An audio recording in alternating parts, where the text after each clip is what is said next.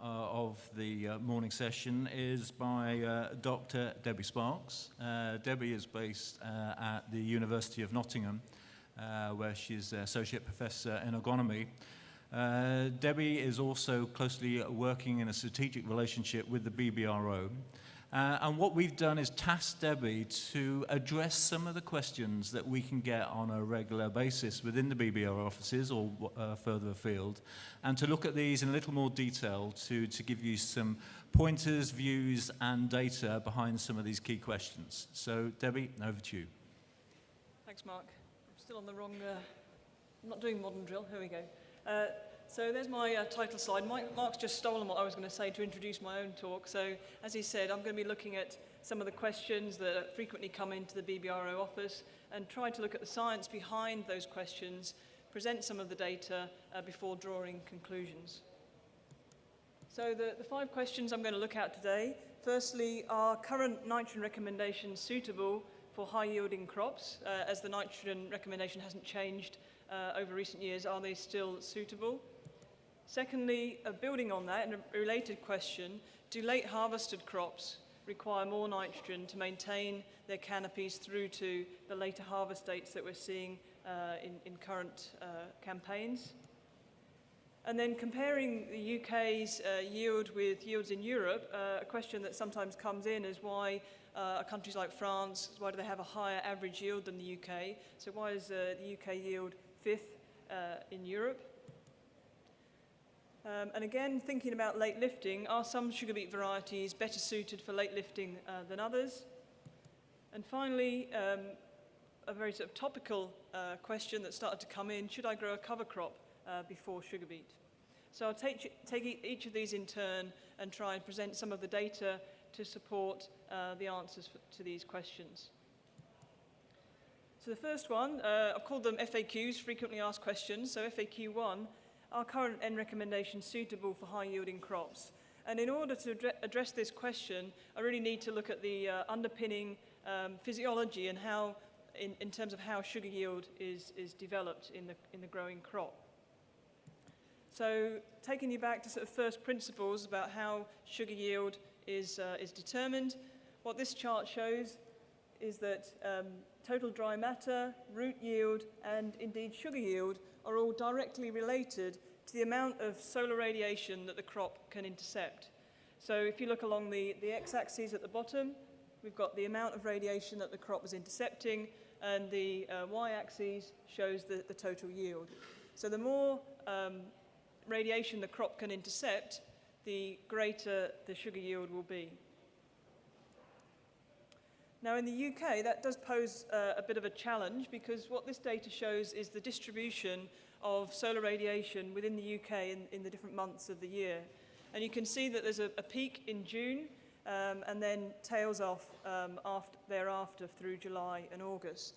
And because the crop is not sown until March or April, actually much of that radiation in April, May and June is missed by the crop as it's developing its canopy. So if I show in the green part of the bar, I've tried to demonstrate the proportion of the radiation that's actually intercepted by an average sugar beet crop in the UK. And you can see that in May, perhaps only 10% of the radiation in an average crop would be intercepted. In June, about 50%. And by July, we're getting about 90% interception. And that's about the maximum you can expect, because some of the radiation will be reflected by the canopy, some will get through to the soil. So 90% is about the best you could achieve. But what these yellow parts of the bar effectively represent is lost yield, a missed opportunity for yield. So that means anything that you could do as a grower to promote canopy expansion and try to intercept more of this radiation in May and June will increase yield. And that's really where nitrogen comes in. So we know that in order to intercept the majority of the radiation available, the light available, we need to get the canopy to what's called a leaf area index of 3. What that means is that the crop needs 3 meters squared of leaf per meter squared of ground in order to intercept 90% of the radiation that's there. And the two key things that determine how quickly a canopy develops are temperature and nitrogen. And what this chart shows is the relationship with nitrogen. We can't control the temperature, that's in the lap of the gods, the temperature in the field, but we can influence how much nitrogen is available for the crop to take up. And if we want to achieve a leaf area index of 3, the crop needs to take up between 100 and 120 kilograms of nitrogen per hectare to achieve that leaf area index of 3. And it needs to do that as soon as possible in order to build that canopy size and intercept the radiation. The crop will take up more nitrogen later on in the season, but it needs easy access to nitrogen early on. And that means for most mineral soils, applying between 100 and 120 kilos of N to the crop, so it has access to that when it most needs it in the early canopy development phase. This is some data from a PhD student, Kathy Malnu, who looked at the impact of different nitrogen rates on canopy development. Along the x-axis is effectively temperature, the thermal time that the crop is experiencing. And this first line in black shows the canopy development and percentage canopy cover, which effectively means light interception for that crop that had no fertilizer nitrogen. If we then look at a crop that received 80 kilograms of N per hectare, you can see that the canopy development is much faster, and it does tail off a little bit later, but it's much more rapid and it reaches a higher peak at just above 90% canopy cover. Add further in this case we've doubled again to 160 kilos, and there wasn't much change, still a very rapid canopy expansion phase. But really what this highlights is that the key use of nitrogen, the key benefit of nitrogen is in promoting early canopy expansion. That's the role of nitrogen in the crop. As I said, later on, the crop will take up more soil mineral N, but for this early canopy expansion phase, it needs access to this early fertilizer nitrogen. This is quite a complicated chart, so I'll try and take you through it in time. It's based on data collected over many years and shows the optimal dose of nitrogen from a large range of experiments. So we've got lots of lines presented here. The first one to show you is root yield, and that's given with these dashes. So as nitrogen application increases, root yield increases, and it does increase slightly above 120. It starts to level off, and there's a very slight increase there. But what's important is that at the same time as root yield might continue to increase very slightly, actually sugar percentage, which is this line with dashes and dots, decreases with N application. So you therefore reach a point of the optimal dose where root yield has started to level out and before sugar percentage declines rapidly. So this optimal dose has been determined at 120 kilos of N per hectare. Another line that you can see here is the impurities, the amino N content in roots, and they increase very rapidly once you go above the optimal N application rate. And I've also just added a photograph in here to show some beet that's received excessive nitrogen with a really large canopy, and actually it's effectively robbed the roots of some of the biomass because nitrogen encourages more leafy growth compared to one that's grown on a standard N rate. So I think the key message here is that unlike crops such as wheat, where you have a very large yield, you can justify extra nitrogen because the crop needs to build the protein in the grain. So larger yields mean that the crop needs to take up more nitrogen. With sugar beet, the last thing you want is extra nitrogen in the root. So really you need to emphasize that the key thing for sugar beet is nitrogen to build the canopy. Therefore, regardless of whether you're looking at a 50-ton crop or an 80-ton crop, you still need to take up 100 to 120 kilos of N early in the season to maximize canopy size. That doesn't change. So just to summarize the end of that first question, are current N recommendations suitable for high-yielding crops? The answer is yes, because the function of N is to build canopy for light interception. And we can't justify high-yielding crops needing more N because, as I said, unlike wheat, you don't need protein in the grain or oil in an oilseed rape crop.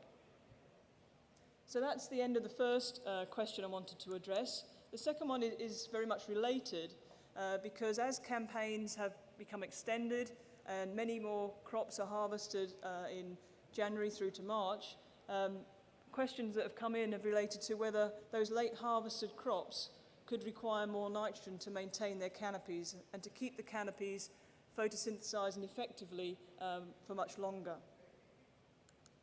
So I've actually come back to the same chart that I showed earlier, and I'm going to build on that. So this is the same data where we looked at the canopy expansion over time.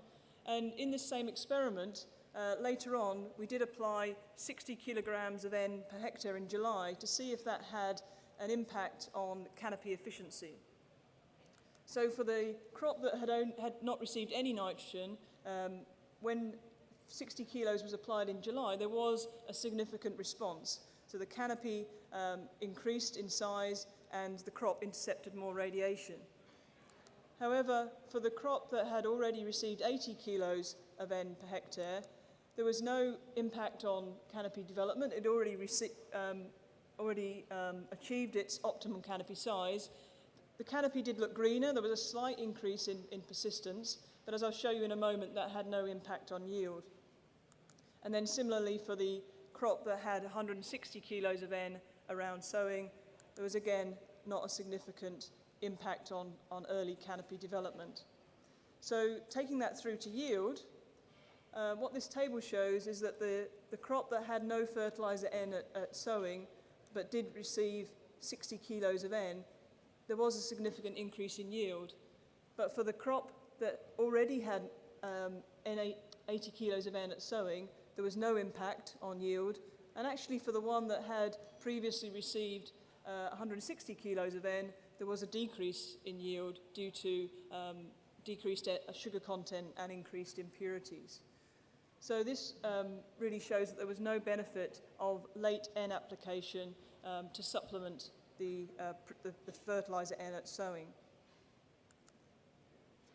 From the same experiment, the student also looked at the efficiency of the canopy in converting radiation into biomass. So this is very similar to the first chart I showed, where we can plot intercepted radiation, in this case against crop biomass or total dry weight of the crop.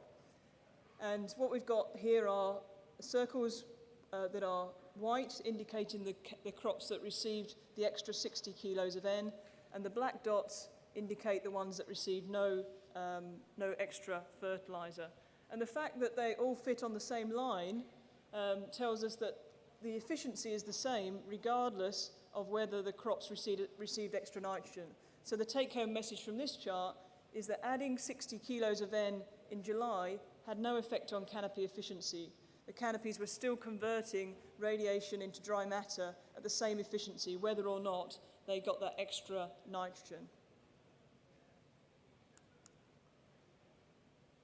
Again, in related questions that have come in regarding the current use of fungicide treatments. So as fungicides have become more popular in sugar beet crops, we've seen the impact of fungicide application on canopy size. And questions that have come in related to that, surely canopies like this need more nitrogen to maintain them than canopies that look like this. So can we justify applying more nitrogen alongside fungicides? And this is some data from the same trial where the photographs were taken in October last year. And here we've got data, so this is the yield of the untreated, the one that you saw on the left. And when Ascolta was applied, a single dose of Ascolta in July, there was a significant increase in yield. But when nitrogen was added into that mix, liquid nitrogen was added into that mix, there was no difference. So a slightly lower value, but no difference between fungicide and fungicide plus N. Similarly, when 2 doses of Ascolta were applied in July and August, that was a significant increase compared to an untreated control. But although this bar is a little bit higher, the difference here is less than you would need for it to be a statistical difference. So there was no significant increase by adding nitrogen to that Ascolta mix. This is only one season worth of data, and it will be repeated, so we'll be able to report on that in future years. But at present, there's no evidence that crops that receive fungicide require more nitrogen to take them through to maximum yield. So to summarise on that second question then, do late harvested crops require more N to maintain their canopies? Currently there's no evidence to suggest that late harvested crops do require more nitrogen, so the recommendations that we currently have are suitable. And there is current BBRO work looking at this, if you look in the poster sessions, you'll see that that supports the fact that the current recommendations are suitable. The third question relates to the comparison of UK yields with those in Europe. And this data shows the average yields across Europe from 2009 to 2014 and ranks European countries for that. And you can see that the UK's position here is fifth, behind France, Belgium, Netherlands and Spain. So what I wanted to do was to look at, again, some of the physiology of yield to understand why the UK is behind those other countries, and indeed why it's ahead of the ones further down the list. As I said earlier, in terms of canopy expansion being key to light interception, temperature is the key factor determining canopy expansion alongside nitrogen application. So what I've done here is extracted some data from this website, the Meteosat website, and compared average daily temperatures in each month in mid-Norfolk compared to Lille in northern France. And you can see that throughout the canopy building phase from March right through to June, the average daily temperature in Lille is significantly higher than in mid-Norfolk, giving the sugar beet crops in France a significant advantage in terms of their canopy expansion phase. Now, it's possible to use the sugar beet growth model that's been developed in order to understand and to model the effect of these differences in temperature on canopy expansion. So I've had a look at that. I had to assume everything else is equal, so it's quite a crude comparison. I've assumed same soil type, same water availability, etc., which of course isn't completely accurate, but just gives us a way of comparing the impact of the environment in terms of temperature and radiation on the crops. So this is the canopy expansion phase for mid-Norfolk, assuming a 10th of March sowing date. And if I do the same for Lille, you can see that because of those warmer temperatures, the canopies expand that bit faster and reach 90% light interception faster as well. So all of this gap between the two lines effectively means more light intercepted and higher yield potential. So the crops in France have an advantage because of those warmer temperatures, meaning they can intercept more radiation. But there's also a second advantage in that not only do they have warmer temperatures, they also have higher light levels, higher radiation receipts.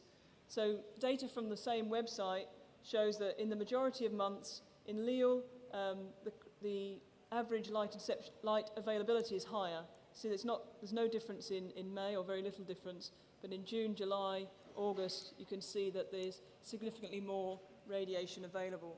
So not only are the crops able to intercept a greater proportion of the radiation, there's also more there to intercept, which gives the crop an advantage in terms of yield.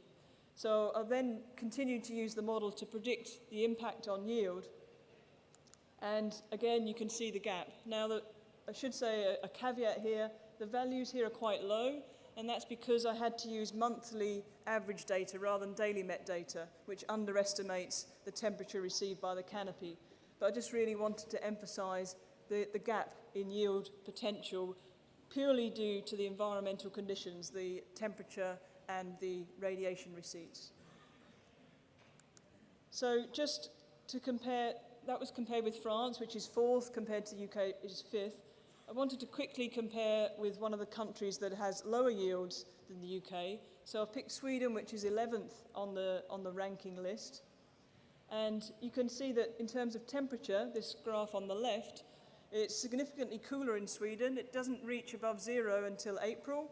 and that means that on average crops can't be sown until mid-April, and then it warms up quickly and then also drops off quickly in terms of temperature.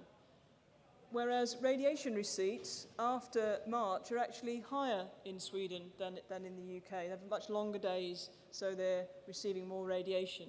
So we can again use the model to see what the balance effect is of cooler temperatures, later sowing dates, and higher radiation receipts.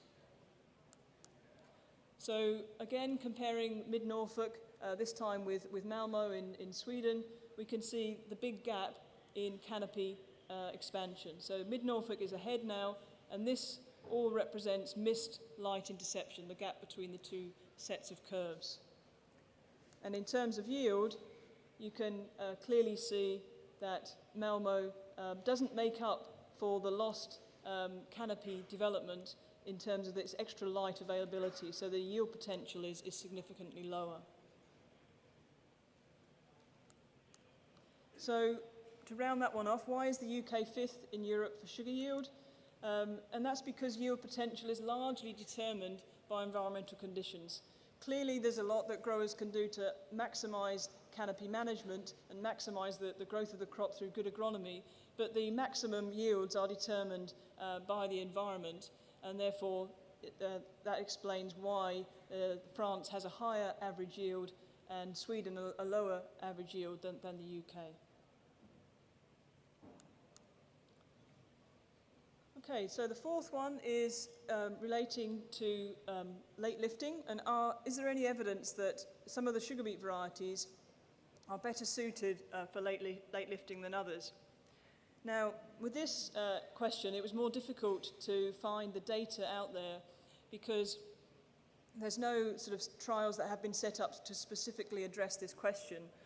But what I've been able to do is to take the data from the recommended list from the past 3 years and to look at how varieties ranked at different harvest dates. Now, the data is limited to harvest dates between September and December, and as I haven't been able to do a formal statistical comparison because across those different harvesting dates, they represent different sites, they represent different seasons, and they also represent different sowing dates. So you can't do a formal test with all other things being equal. But what I was able to do was to take the data from those 3 separate years and to rank all of the varieties on the different harvesting dates and to see whether that ranking changed as harvesting date was delayed. So what this chart shows is 3 of those varieties. There were 27 varieties that were in each of those trials in each of the 3 years. So I ranked all of those 27 varieties, and if you imagine if I'd have plotted all 27 on this chart, you wouldn't have been able to see anything. So I've picked out 3 to illustrate the point. So we've got the one at the top here, which maintains a high ranking position regardless of harvest date. So changes between 4 and 9, I think, the ranking across there. But there's no trend with harvest date as to where the ranking amongst the other varieties is. Similarly, this variety is more variable. But again, there's no trend with harvesting date. And the final variety 3 maintains a relatively low ranking amongst its counterparts, but there's no evidence for there being any change or any change with harvest date. So, as I said, I haven't been able to do a formal analysis, but the indications from examining the data that's available are that there's no evidence of any change in variety ranking as harvest date is delayed. So are some sugar beet varieties better suited for late lifting than others? Currently there's no evidence to suggest that some varieties are better suited.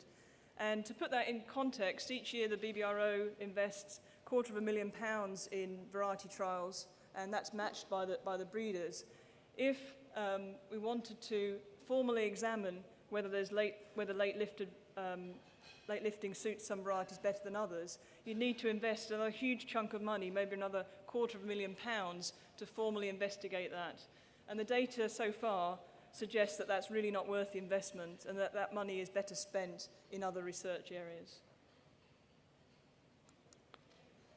So finally, my last question is, should I grow a cover crop before sugar beet? We've heard today a little bit about cover crops, and they really are something that lots of growers are talking about at the moment, a very topical question. So should I grow a cover crop before my sugar beet? Well, there are many potential benefits of cover crops, and I've listed a few of them here. They certainly could have a role in minimising nutrient leaching and nutrient runoff, and you'll hear more about that in the presentation this afternoon from James and Andrew about some work that's been done on soil farms, so you'll hear about that then. There's potential that if they take up nutrients that they could then release those for subsequent crops, so perhaps they could be useful in doing that. But then the question is, well, do I incorporate the cover crop or do I leave it on the surface and try and drill through it to establish the sugar beet, and what's the best way to do that? They could have a potential role in improving soil structure, and certainly some varieties, some brassica varieties have been shown to suppress beet cyst nematode. And again, there is a couple of posters looking at that in the poster area, which you might want to consider while you're here today.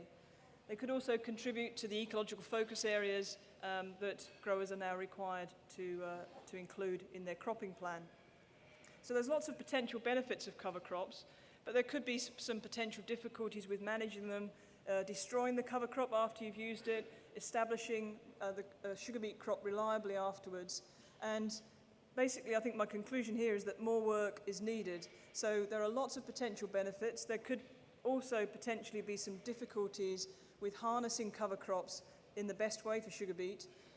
In terms of releasing nutrients for subsequent crops, the timing of nutrient release can be quite difficult to predict from incorporation of crops. So that's something that more work is needed on. So in my conclusion for the final question, should I grow a cover crop before sugar beet, would be that we really need more research to answer this question, and BBRO are looking at commissioning further research in this area. So just to summarise my overall talk, just to revisit each of those questions. The first one related to N recommendations. Sugar beet's requirement for N is based on canopy expansion to intercept radiation. Therefore, high-yielding crops do not require more nitrogen. Secondly, there's no evidence that late-harvested crops require more N. Even with use of fungicides, again, there's no evidence there that more nitrogen is needed to maintain those canopies. In terms of the UK's ranking in Europe, the differences in sugar yield are largely due to the environmental conditions. Clearly, that's yield potential, and there's a lot that goes on to achieving that yield potential in terms of the way the crops are managed. But the pure yield potential is largely down to the environment that the crops are exposed to. There's no evidence that some varieties are better suited to late harvesting than others, and therefore it's very difficult to justify further work in that area. And in terms of cover crops, I think it's very much watch this space. More information is needed to make a recommendation in that area. And that concludes my talk. Debbie, many thanks indeed for a very comprehensive question and answer session. So are there any burning questions that anyone would like to raise with Debbie? Yes. Pip.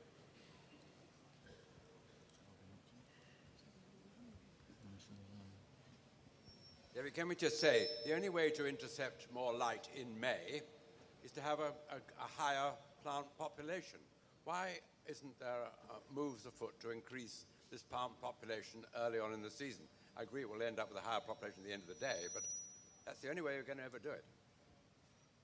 There's been extensive work looking at optimum plant populations, and there would be no benefit of increasing them above the recommended rate at the moment. So the key thing about canopy expansion is to make sure that the crop has access to nitrogen early on to expand the leaves and intercept as much radiation as possible.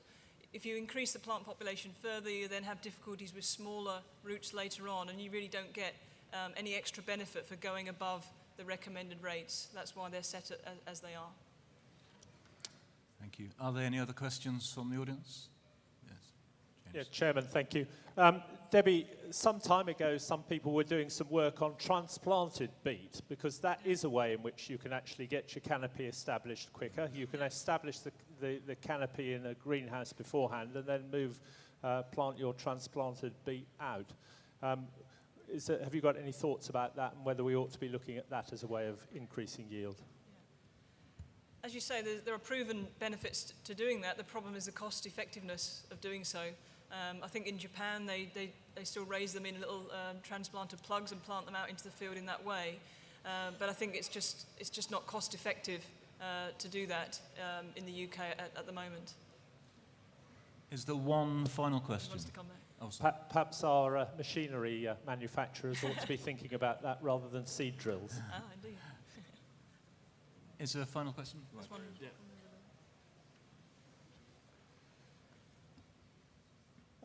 Yeah, we plough manures down in the spring now because of legislation and rules we have. Does the young sugar beet plant get hold of that nitrogen, or are you talking about fresh nitrogen on top? Yeah, so on mineral soils, that is something that we looked at. So on mineral soils, although that nitrogen will be available to the crop later on, actually in that early few weeks when the roots are expanding, they only really get access to the nitrogen right at the top in the seed bed. So I was talking about fertilizer application. So if you're on mineral soils, you do still need usually between 100 and 120 kilos of N to get that early canopy expansion. And the manure will supply nitrogen later on. So overall, the crop will take up maybe 200 kilos of N in its lifetime, but it still needs that 100 kilos of readily available N early on in the growth of the crop. But I'm not allowed to put that on. You're not allowed to put 100 kilos on? Not having put manure on. Oh, okay. So how much are you incorporating then? Well, we put 180 total N, maybe 180, 200 kilos of N, but we have to take into account 30 to 40% of that. Yeah, yeah. So you'll need to... So I'm only putting on about 60 kilos. So I always think we're losing out early. Right. I mean, the research we looked at soil mineral nitrogen. We didn't measure fresh manure.